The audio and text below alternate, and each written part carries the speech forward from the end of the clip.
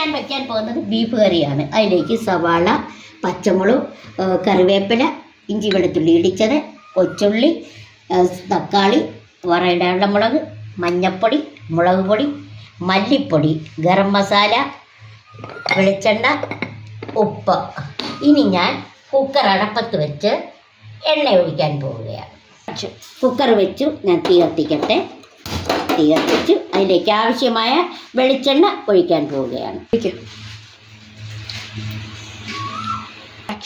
ഇത്ര എണ്ണ തന്നെ വേണം. ഇതിലേക്ക് ഞാൻ ഇടാൻ പോകുന്നത് ഒരേലക്ക, തക്കോലം,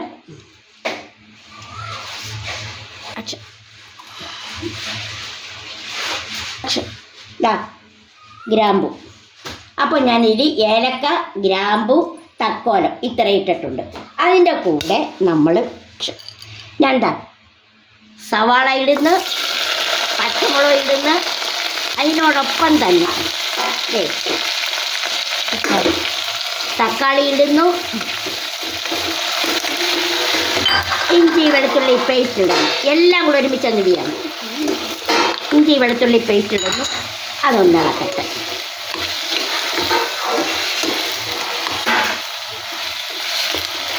ഇനി ഇതിലേക്ക് നമ്മളിടാൻ പോകുന്നത് കുറച്ച് മുളക് പൊടി.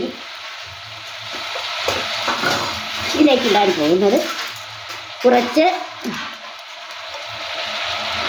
മുളക് പൊടി, കുറച്ച് മഞ്ഞപ്പൊടിയും മുളക് പൊടിയും. മഞ്ഞപ്പൊടി ഇച്ചിരി കൂടുതൽ ഇടിയാണ്. മുളക് പൊടി ഇനി നമ്മൾ ചേർക്കും. ഇത് ഇറച്ചിക്ക് വേണ്ടി ഇടാനാണ്. അപ്പോൾ ഇത്രയും നമ്മളിട്ട് ഇനി ഒന്ന് നന്നായിട്ടൊന്ന് ഇതിലേക്ക് നമ്മൾ കഴുകി വാരി വെച്ചിരിക്കുന്ന ഇറച്ചിയും കൂടെ ഇടിയാണ്, ബീഫ്. ഓക്കെ, ആ ബീഫും കൂടെ ഞാനങ്ങ് ഇട്ടു. ഇനി അത് ഞാനൊന്ന് ഇളക്കാം. ഇളക്കി യോജിപ്പിച്ചിട്ട് ഞാൻ കാണിക്കാം. ഞാൻ കൂട്ടി യോജിപ്പിച്ചു. ഇനി ഇതൊന്ന് അടച്ച് വെച്ചിട്ട് ഒരു 6-7 വിസിൽ വരട്ടെ. ഓക്കെ, അപ്പോൾ ഞാൻ വിസിൽ വന്നതിന് ശേഷം കാണിക്കാം. ഞാൻ അത് അടയ്ക്കുകയാണ്. അപ്പോൾ നമുക്ക് കുക്കർ ഒന്ന് തുറക്കാം.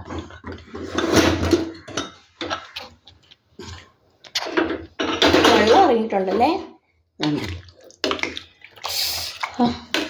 നന്നായിട്ട് വെന്തിട്ടുണ്ട്. ഇനി ഇത് നമുക്ക് അതിലിരിക്കട്ടെ. ഇറച്ചിയിൽ നിന്ന് ഉള്ളിയിൽ നിന്നും ഇറങ്ങിയ വെള്ളമാണ് നമ്മൾ അഡീഷണൽ ചേർത്തതാണ്. ഇനി നമുക്ക് ഇത് വേറൊരു ചട്ടി അടപ്പേ വെച്ചിട്ട് ഇനി വേണ്ട അരപ്പുകൾ ചെയ്യാം. ഇതിന് കറി വെക്കാനായിട്ട് ഞാനൊരു ചട്ടി എടുത്തിട്ടുണ്ട്. അതിലേക്ക് ഇതാ കുറച്ച് എണ്ണയും കൂടി നമ്മൾ ഒഴിക്കുന്നു.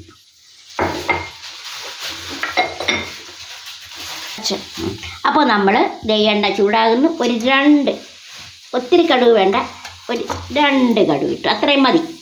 2 കടുക് ഇട്ടു. നമ്മൾ അതിലേക്ക് ഇത് കണ്ടോ,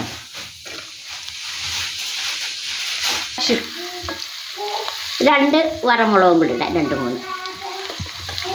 2-3 വറമുളകും കൂടി ഇട്ട് 2 വറമുളക് ഇട്ട് ഇതെല്ലാം കൂടെ ഒന്നുകൂടെ ഒന്ന് വഴകട്ടെ.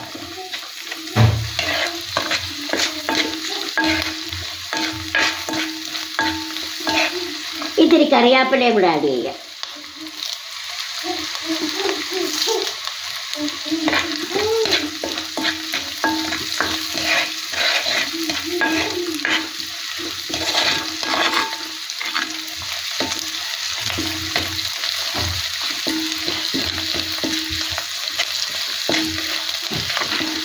ഇതിൽ വേണേൽ തേങ്ങാക്കൊത്ത് ഇടുന്നവരുണ്ട്. നമുക്കിപ്പോൾ തേങ്ങാക്കൊത്ത് വേണ്ട. നമുക്ക് ഇതിനകത്ത് കുറച്ച് മുളക് പൊടി, മല്ലിപ്പൊടി, അല്പം പെരുംജീരകം ഇത്രയൊക്കെ ഇട്ടാൽ മതി. കാര്യം നമ്മൾ ആദ്യം ഗരം മസാലയ്ക്കുള്ള എല്ലാ കാര്യങ്ങളും ഇട്ടിട്ടുണ്ട്. ഇവിടെ അല്ലാതെ ഈ കടകളിൽ നിന്ന് മേടിക്കുന്ന ഗരം മസാല കൂട്ട് ഉപയോഗിക്കാറില്ല. അപ്പോൾ നമ്മൾ തീ ഒന്ന് കുറയ്ക്കുകയാണ്. തീ ഒന്ന് കുറച്ചിട്ട് ഞാൻ ആക്ഷൻ. അപ്പോൾ നമ്മൾ തീ കുറച്ചു. ഇനി ഞാൻ ചെയ്യാൻ പോകുന്നത് അതിനാവശ്യമായ മുളക് പൊടി, മല്ലിപ്പൊടി, അല്പം പെരിഞ്ചീരകം. ഇതാണ് ഇവിടുത്തെ കൂട്ട്. ഇനി അതൊന്ന് മൂക്കട്ടെ.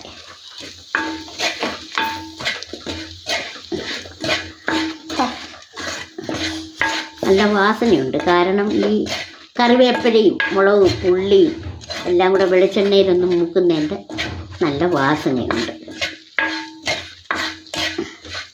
തീ ഏറ്റവും കുറവിൽ വെച്ചിരിക്കുകയാണ്. ചട്ടിക്ക് കറിച്ചട്ടിയായതുകൊണ്ട് ചൂടുണ്ട്.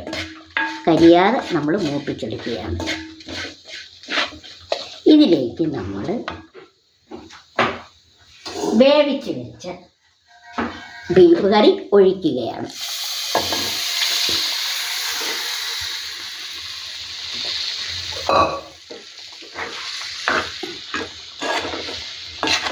എല്ലാം കൂടെ ഒന്ന് ചേർക്കട്ടെ.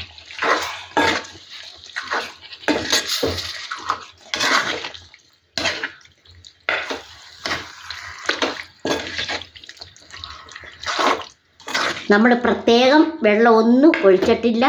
ഇറച്ചിയിൽ നിന്നും സവോളയിൽ നിന്നും വന്ന വെള്ളം മാത്രമേ ഉള്ളൂ. പുറത്തു നിന്ന് നമ്മൾ ചൂടുവെള്ളമോ ഒന്നും ഒഴിച്ചിട്ടില്ല. വേറെ ഒന്നും ഒഴിക്കുന്നില്ല. നമുക്ക് ഇച്ചിരി കട്ടിയിലെടുത്താൽ മതി.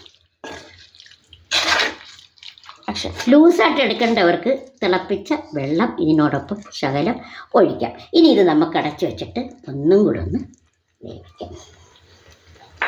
ഒന്നും കൂടെ ഒന്ന് ആവി വരട്ടെ. അപ്പോൾ ഞാനത് അടച്ചു വയ്ക്കട്ടെ. ഒന്നടച്ചു വെക്കട്ടെ. അപ്പോൾ നമുക്ക് അടപ്പൊന്ന് തുറന്ന് നോക്കാം.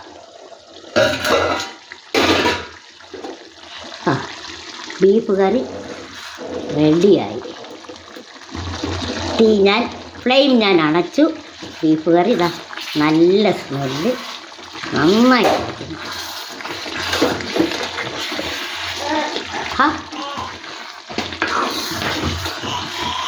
അപ്പോൾ ഇത് ഞാനൊന്ന് ഇറക്കി വെച്ചോട്ടെ. അപ്പോൾ നമ്മളിത് ഇറച്ചി ബീഫ് കറി വാങ്ങി വെച്ചിട്ടുണ്ട്. ഇനി അത് ഞാൻ എന്താ ടേസ്റ്റ് ഉണ്ടോ എന്നൊന്ന് നോക്കുകയാണ്.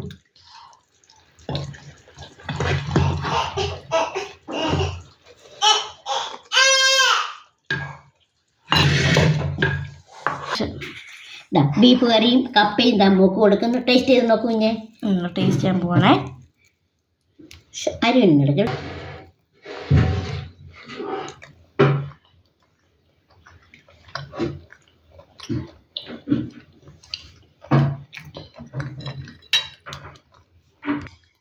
കൊള്ളാം മാമേ, നല്ല ടേസ്റ്റ് ഉണ്ട്. അപ്പോൾ ഇന്നത്തെ സ്പെഷ്യൽ കപ്പയും ബീഫ് കറിയുമാണ്. എല്ലാവർക്കും ഇഷ്ടപ്പെട്ടെങ്കിൽ ഇതുപോലെ ചെയ്യുക, ലൈക്ക് ചെയ്യുക, സബ്സ്ക്രൈബ് ചെയ്യുക, ഷെയർ ചെയ്യുക. വീണ്ടും വരുവോളും അടുത്ത ഒരു റെസിപ്പിയായി വരുവോളും. ബൈ.